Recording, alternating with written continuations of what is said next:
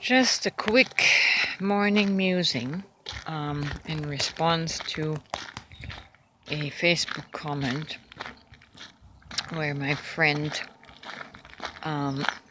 was explaining how Jesus referred to the Father in heaven as greater. The Father is greater than I.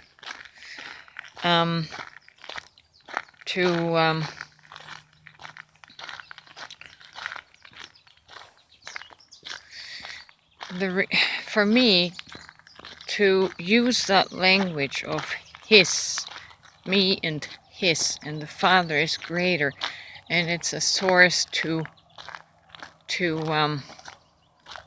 look to. Wherever we have something greater, there must be something smaller.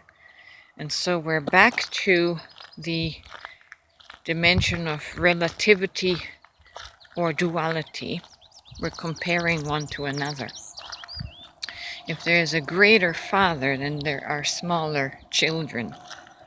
And that, for our mind, creates yet again another distinction, another separation, another octave where we are not the same. I think the problem with that is because we have the biblical imagery and language of the anthropomorphic, human-like image of father and son, or father and children. And we're speaking through that filter, we're seeing through that filter. And I don't use that imagery anymore for God. It's very limiting, and it always creates a distinction because as a child, you'll never be the father. That's just because we're using this human filter to try and express it and explain it. So I don't use this imagery, this description. I like using the quantum description.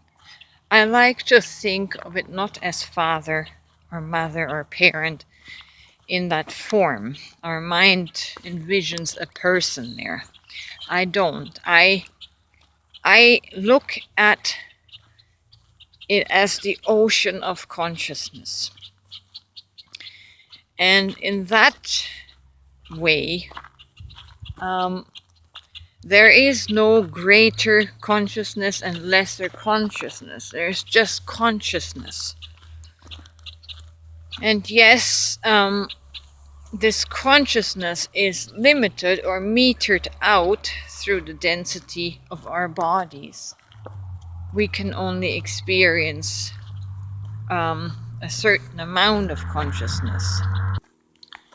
And it's kind of like sunlight filtering through the clouds, where our bodies are the clouds that limit the sunlight, the sun rays. So only a measure of consciousness finds expression in our human form. But since we are not the human, but the consciousness, we are the greater consciousness, even though experienced in limited form. And so yeah, for me there is not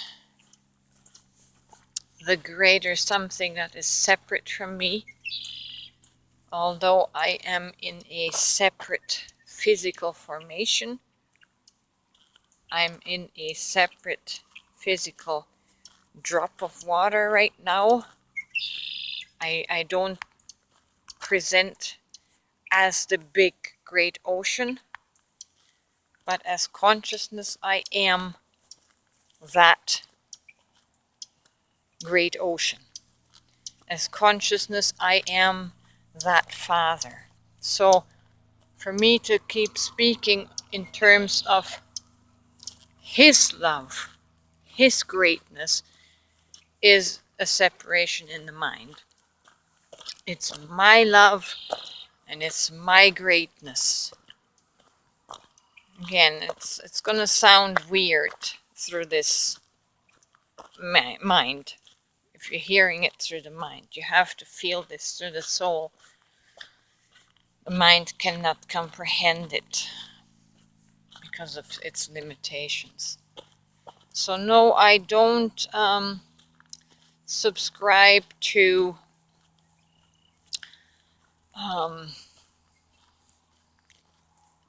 this imagery of the Father is greater. There is no Father in that sense. That Father is me if I walk myself back to origin. I am that I am. I'm not some creation that was brought forth, but what was brought forth is the emanation, the essence of the greater, which has broken itself down into smaller pieces and fragments, fractals. It is still the greater, just the expression that is visibly seen here looks smaller because we're looking with our physical eyes. But I am the Father. I am the source. I am the greater, since it is all the greater consciousness. I don't know if I feel like I'm not able to explain this. It cannot be explained. It can only be felt in the soul. So sorry if that didn't come out clear. You can maybe capture what I'm trying to say here if you close your eyes and blank out what your two physical eyes are seeing and transport yourself backwards, backwards, backwards through the dimensions, through quote-unquote eternity, and trace back to where your spark ends up at. Follow the spark, and it will take you back to the source that is greater than the human eye. But remember, you're not the human. You are greater than the human. Therefore, that makes you the greater someone than the human I that you are. Hopefully that helps for your soul, your spirit, to feel back into that remembrance.